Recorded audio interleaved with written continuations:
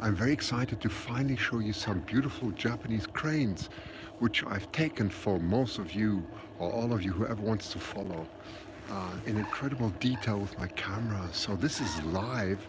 So these are these beautiful red crowned tails, cranes, where the male, has a very red spot there, a red spot right on the on the head, and during the mating season, hi Kelly, during the mating season, it becomes absolutely exquisite because there's a dance and everything.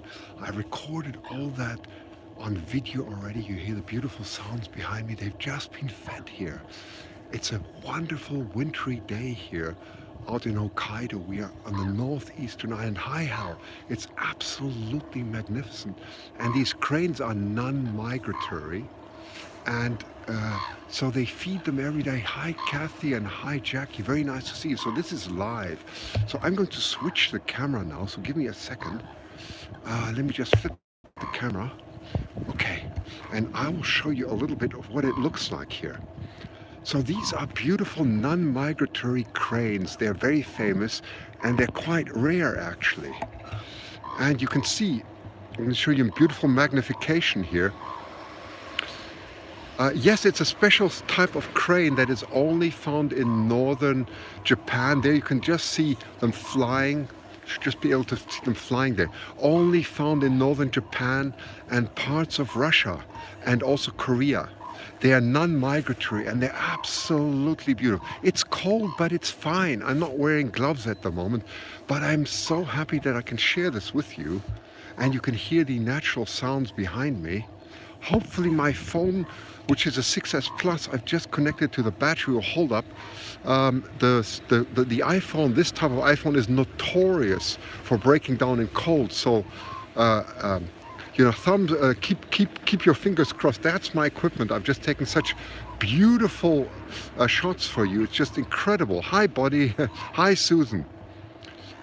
And you can hear the sound. So this is a very special crane, very atypical non-migratory crane. Okay, and they typically feed in winter on seeds, which they just spread out. There's some taking off. You can see that. And in summer, these are the largest marshlands in the whole of Japan, several 100,000 hectares large. Hi, Kathy from CT. That's very great. Isn't it gorgeous? And it's so wonderful. I can show this live to you, and you can hear the sounds, in fact. And David Hancock, by the way, is way back there. I'm staying away from all the other people so that I can give you as much natural sounds as possible without interfering. The cranes are beautiful. It's something you have probably never seen in your life. David even said he's never seen this. And they come here every day for feeding. And I can tell you, I've got some gorgeous shots here on my cameras already. So I did the main work, and I thought it's time to show you. 1 second, where are we? Cancel, offset, there we go.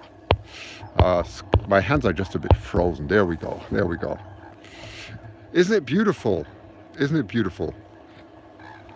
Yeah, you have beautiful cranes in Louisiana, but they're probably migratory. And these are non-migratory, and they are very specific for this region. You can see some taking off there. And they're very famous. So I think they're called red-crowned or red-crested cranes. That's their name. What are they feeding on? They put, typically at the moment, they put out seeds, but they also feed on snails and aquarius invertebrates. That's a lot in the marshlands. But now the marshlands are completely frozen, so they divert to seeds in winter. But it's an incredible sight, isn't it? Loving the live stream, isn't it wonderful? Hi Jenny, wonderful you're here. See, we've still got a few photographers there.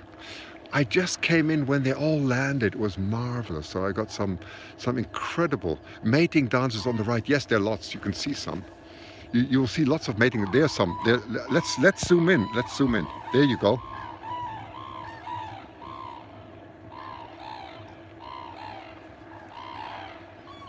Hi Dolly.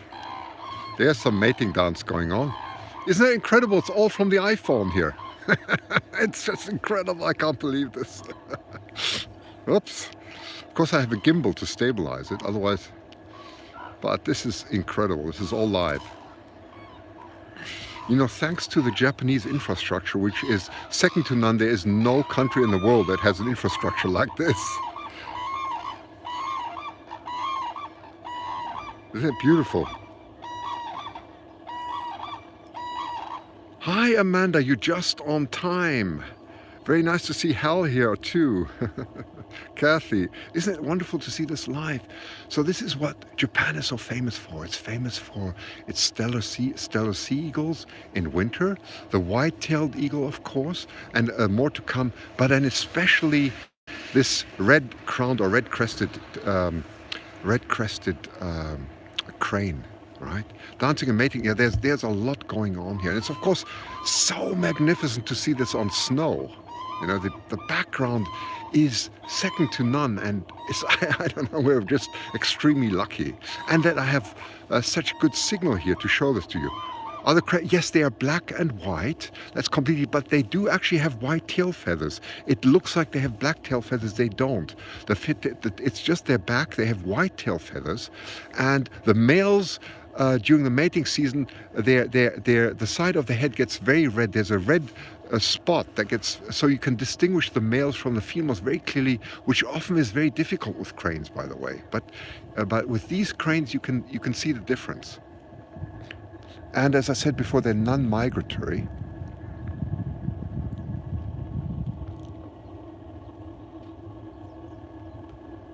Sea eagles, yes, of course we have. We have the white-tailed eagle here, and that is a local eagle. They nest here. The Steller sea eagle comes in from Kamchatka, from Russia, during winter because everything freezes up. And I'm going to see a lot more of that, and you're going to see more of that in the next days. And then they also very rarely have a golden eagle here. So I was told. Very, very rare though. Isn't it fascinating to see this live? Yes, it is. I can't believe I'm actually showing this to you. Hang on. I'll just flip the camera for a second. There we go. So that's me. As you can see, it's a beautiful summer day here on the Florida beach. Yeah, they're all sunbathing out here. You see, no sweat, no nothing. It's just very warm. We're having a wonderful time, really wonderful time. Australia, it's almost like Australia. It's just a white sandy beach here. We're having such fun. I can tell you, this is one of the best, really the best wildlife expeditions I've ever done, and to do it with David Hancock. And I'll tell you a lot more about Dr. Saito. He is a phenomenon. If you think I'm running fast in my life, he runs about 3 to 5 times my pace. And he does incredible things. So I'll tell you, I've got all that on camera. That's going to be a separate documentary on that. Proud cat mama. Yes. Isn't that lovely? Look at this. I mean, it's just gorgeous. Isn't it as warm as in Texas? It's like Dallas here, isn't it? I mean, look at me. It's completely fine, isn't it? Well, you know we're lucky. It's so much sunshine. So the true temperature, the true air temperature is around 10 Fahrenheit, between 5 and 10. But because the sun is shining, you don't notice it. You really don't notice it. Hi, Jackie. I'm so glad to share this with you. We've got these beautiful cranes. I'm just going to flip the camera again. You see there's some visitors here. Oops, no, wait, let me just flip the camera. There we go, there we go.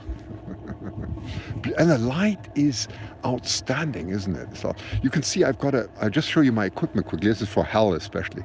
So I got a 4K camera here from Sony with a very good microphone to capture the sounds, of course. And then I have my 800 there to do incredible close-ups of them dancing or taking off. So yeah, I'm full of equipment, but it all has its use, as you can see. Hi. Isn't the Florida scene wonderful? Our beaches here are whiter than your beaches in Florida, for sure. Let me zoom in again so you can see this a bit better. Are you live tomorrow? I'm probably, yes, you see that the thing is the time difference, right? I would love to show you a lot more in the afternoon, but I know it gets very late for you. So I'm always trying to broadcast as early in the morning as possible because we're already on Valentine's here. Tadia, do not under any circumstances forget to send a Valentine's message. You will get killed if you forget it, okay? So today's the 14th here. It's still the 13th in the United States. I'm just telling everybody, beware, okay? It's a terrible trap if you forget Valentine's Day. Did you buy any equipment? I did not. That's a great question. I resisted temptation not to buy anything because I brought everything along, and I'm actually you won't believe it, although I have a lot of equipment, I'm very careful with my selection. So there was nothing I really needed, honestly. And so I just had a good time.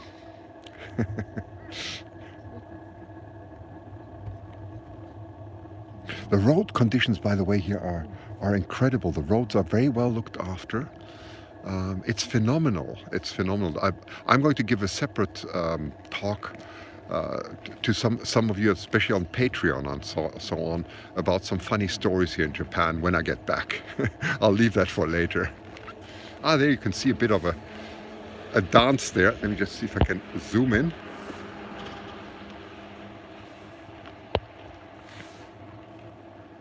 Now it's suddenly all quiet. It's all quiet. So beautifully quiet. Though I don't think they celebrate Valentine's Day. I haven't seen any sign of that, but then I'm not the one to ask. I don't think so. It's a great question.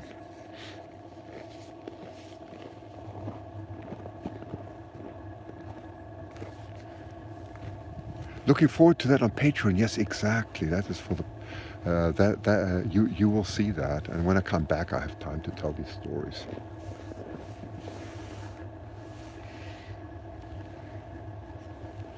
How you can tell a male from a female? It's quite easy actually, because the male has a red spot on the side of its cheek. Okay, so you can clearly see the difference.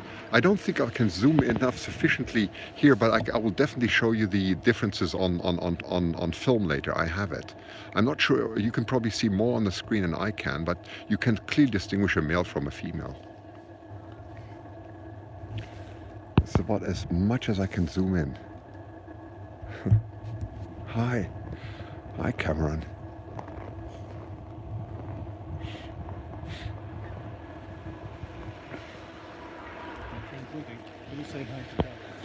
I will. Here's Mike. Mike has come along. He's finally. So Mike wants to say hello to Diana, right? Hi Diana, happy Valentine's Day. Miss you. You see, that's the thing to say. That's how you do it, right? Now you got a good example. 4 points out of 4. So that's the way. That's Mike. That's Mike. So, and there's David also. Hello, hello. It's Valentine's Day.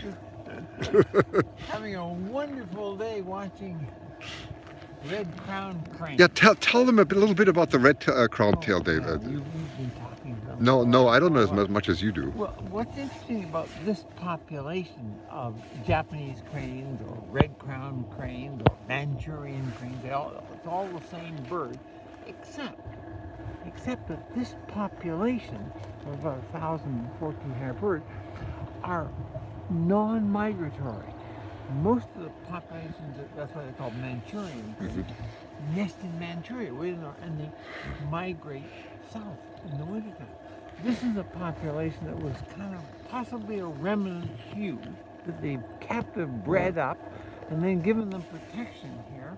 And by feeding them all winter, they've actually developed a population of them that actually don't migrate.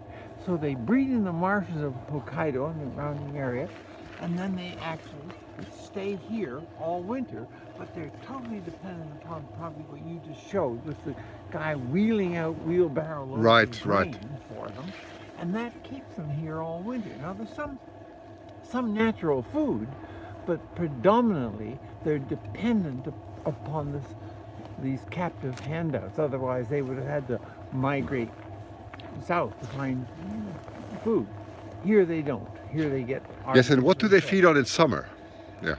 In the summertime, while they're breeding in the marshes, they're quite variable in their diet. They'll eat frogs and a few fishes and insects and larvae, but also plant roots and vegetation as well. So they're quite versatile. That's why they've done very well in this kind of a remote. Generally, this area is very unrich. It doesn't produce a lot because it's so darn cold here. So darn. So much. But it's a warm day. It's a sunny, warm day here in Yes, Florida. it is. It's a It's a sunny- wonderful warm day. and I'm down to 3 fingers. I Well, look at lost mine. the other 2. But we're joking because, well, it is cold. It's probably 10 below now. It is just absolutely spectacular. My nose is dripping. I don't mean Well, they're all saying, got a Amanda cold. saying hi to you. Everybody's saying hello. So hello to everybody down south. And I gather even in Vancouver, where we're from, they've got as much snow as we have here. So anyway, it's wonderful to be here in Japan. oh, there we go. Yeah. Oh, that's Usually that means when the ones here on the ground call, they see a whole bunch more flying somewhere. So All right. somewhere on the horizon is probably another group either coming. So is that a greeting call or what is it? I think it partly is, but they may also right now, since most of them have been fed, Hmm. they're gathering up their energies and communicating who's going to leave now, because they've been leaving one flock after another. Now here comes a good question. There was one here. Here is the feeding of the crane controversial to naturalists. Here you go, David. That's a question for you. Tell them about Everything is controversial to naturalists. I mean, that's the bottom line. Every single thing you want to say is controversial. Some people want things to just live absolutely naturally and die naturally, whether that means dying when they shouldn't be, because we have changed the other aspects of nature, and so what is left is not very good for things. Or you start to supplement and add and subtract different things from the environment to try and make things live longer. So some people are against this captive, well, it's not captive, they're wild breeding, but they are artificially maintained in the winter. They could not survive here in the wintertime if they weren't fed. So that would be against some naturalists. Others say it's wonderful to have this non-migratory flock. the swans in BC. Say that again? Tell them about the trumpet. The trumpeter swans. Yeah. Well, trumpeter swans in BC. I mean, trumpeter swans in BC, we wouldn't have any at all if it wasn't for Ralph Edwards, who carried in tons and tons of grain into one of the last lakes where there were wintering trumpeter swans in the coastal mountains around Bella Coola. This was Ralph Edwards. Well, that was controversial that he helps that remote population survive. But from that population, it's believed by many people, we now have not only the first bird in North America that was made endangered, I think in 1973 when the Endangered Species Act, but it's the first bird that bred up enough that it was taken off the endangered species. So that's conservation in action. This is another version of it. This is slightly more controversial because it is holding a population of creatures that wouldn't otherwise have been here. In the trumpeter swans in BC, the reason they weren't doing very well is they were darn well shot and ate. Right. And they had been shot and ate almost out of existence. Then by giving them protection and helping them overwinter, they simply have built themselves back up into good natural numbers. Now they're in great numbers and doing very well. The Manchurian crane, or Japanese crane, or redneck crane here, the migratory ones. I'm just going to get you in the background with them. Is that okay? Because it looks sure, very yeah. nice with Well, the... Okay, like that. Then you can see it, yes. Wonderful. I don't normally get to stand in the foreground of Cranes. such beautiful, great cranes as these. As you know, in my backyard we have a lot of sandhill cranes that I raise, and so I'm so pleased to come here and see these great birds. This is quite an awesome experience. And this afternoon we're going to go and look at, as we did yesterday, a whole bunch of stellar sea eagles and white-tailed sea eagles. Sometimes there's some right here. We saw a couple as we were driving in here. And sometimes they land in this very field. We haven't seen one here yet this morning. But we'll see a bunch this afternoon. So, Well, thank you so much, David. Thanks. Okay. Okay, well, a very nice, again, a very nice editorial from David there.